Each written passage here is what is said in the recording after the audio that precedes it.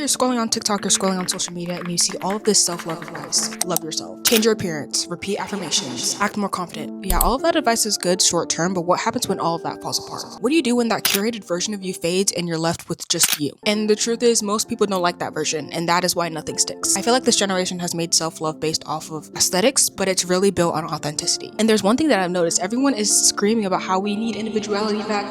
We need people to be individual. Everyone is the same. Everyone is copy and paste. We need individuality. But the second someone acts as their authentic self and somebody actually shows authenticity, y'all bully them off the internet. You guys bully them for not conforming to what your version of authenticity is because it does not fit the aesthetic authenticity you guys are looking for. Y'all don't want authenticity. Bye. And when we live in a generation like that, it can be hard to actually want to be yourself. Hello, I'm Rue. Welcome back to Reality Checks. Welcome to episode 5, Why Authenticity is the Door to Your Dream Life / Authenticity is a Weapon. Over here, this is where we turn awareness into aligned action. So if you haven't already subscribed, make sure to subscribe and stay tuned so we can build our dream lives together. As the title says, authenticity is the door to your dream life. But there are so many layers to authenticity, and the number one layer is self-love. I would go as far as to say self-love can only be fueled by radical acceptance. Now, what is radical acceptance? To radically accept yourself means that you accept yourself in your fullness. You literally accept everything about yourself. You accept your insecurities, your fears, your likes, your dislikes, the way you look, all of it. Every single thing that makes you you. Every single thing that defines you as an individual, you accept about yourself. And when you live without radical self-acceptance, you start to edit yourself. You live in constant editing.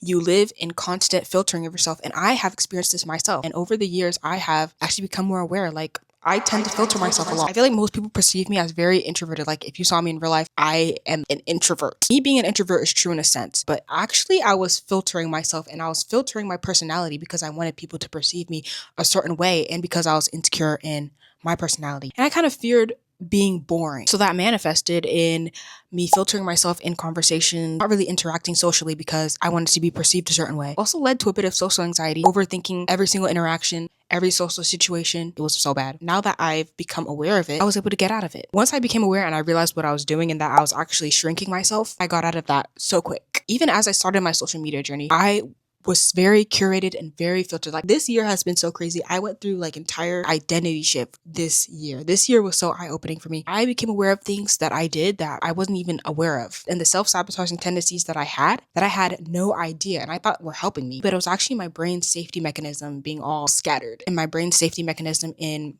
pleasing other people and looking good to other people, not actually centering what I wanted to do, not actually centering how I wanted to show up, how I perceived myself. So very interesting. So when I got out of that and I started living in genuine self-acceptance, I feel so much more free. And the number one thing is I had to stop editing myself and trying to shrink myself into a mold formed by other people's perceptions of me or looking good to other people or how I should act. Like, my life motto that I live by is not everyone's going to like me. It doesn't matter if I'm the most perfect person in the world. It doesn't matter how I show up, how extroverted I am. It doesn't matter how you show up in the world. There will always be people who do not like you. There are always going to be someone who finds a problem with what you're doing. There's always going to be someone who doesn't like you. So that is the exact reason why you should be authentic. Why are you centering strangers' opinions of you and strangers' perception of you when they don't even know who you are? You are basically outsourcing your whole entire identity. Like, how does that even make any sense? You are outsourcing and deriving your identity from people who don't even know you. The most important opinion in life is the opinion you have of yourself. That is the most important opinion. And also, when you don't fully accept yourself, you treat yourself like a lifelong project that needs to be worked on constantly. And this ties into self-editing. Your self-love also becomes conditional. Oh, I'm not going to love myself until XYZ. I can't love myself until I have this. I can't love myself until I show up like this. You are waiting for all of these things instead of accepting what's already there. Your attention will always be on what's wrong and not what's real. And nothing feels enough. The goalpost is always moving because you're trying to chase versions of you that don't even align. When I finally started fully accepting myself and fully accepting my personality, living with my life motto, I was able to stop resisting and start fulfilling my actual identity. I also allowed for imperfection. Like, you are not perfect. From today to the day you die, you will keep evolving. You are constantly going to learn. You are constantly going to make mistakes. You're constantly going to have new experiences. You are constantly going to have things that happen to you that change your mindset, that change the way you view life. You will always keep changing for as long as you're alive. The one that was the most freeing for me was the need to perform is gone. When you start accepting yourself, the need to perform will go. Radically accepting yourself allows you to see your real traits. You discover yourself. Through acceptance is self-discovery. You start discovering more traits. The real traits about you, not the curated ones. You get to choose how you perceive yourself. You also get to choose how you show up in the world, which I can attest even when it comes to filming YouTube videos like this. I tend to approach it with a perfectionist mindset, which I want to have everything figured out. I want to say the things perfectly. Like, right now, I'm very proud of myself because I'm going off the dome and I'm actually saying what's on my heart. Not saying that the other videos I wasn't saying what's on my heart, but I feel much more free. The desire for me to perform in this YouTube video is not there. Like, what I'm saying, I actually mean. It's actually coming from me. And the second I got the desire to feel ready to perform in this YouTube video is actually I decided to sit down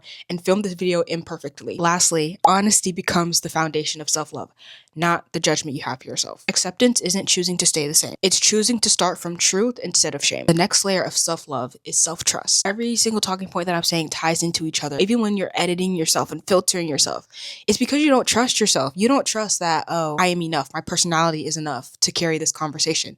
You don't trust yourself. I don't trust that my personality is enough for this person to want to engage with me. Like, oh, I don't think I should say that because what if my words don't mean anything? What if people don't agree with what I say? All that stuff is rooted in you not trusting yourself. You constantly seek external validation. You rely on other people to define your worth. And can we talk about what it does to your nervous system when you're constantly living in that state of not trusting yourself? Your body will literally start to feel unsafe when it comes to expressing who you really are. And bodily sensations can lie to us a lot of the times. There's a quote that says your body remembers everything. So when you're acting like that, you're sending a message to your brain that me being authentically myself is not safe. And your body is going to respond accordingly. You also don't trust yourself because you're not listening to yourself. Once again, this ties into valuing external opinions and external perceptions of you rather than your own perception of yourself and your own opinion. So how do I start listening to myself and how do I start trusting myself? I like to look at these things as all habits. Habits can be developed. Habits can be unlearned. They are all habits. The same way you're about to raise your hand in class, but you didn't think anyone was going to care about what you said. It's the same way you're going to raise your hand and believe that your words are valuable and have value. And is it going to be easy? No, because your brain has built this safety mechanism off of sheltering and shrinking yourself to please and look good in the eyes of other people. The more you change that programming, the more you act differently, is how your brain will rewire itself and learn this new habit. And eventually you will stop needing validation as a lifeline. Your belief in your action will finally match. You will build the identity of someone who can actually rely on themselves. And by changing the way you move and changing the way you act, self-trust will become a byproduct automatically because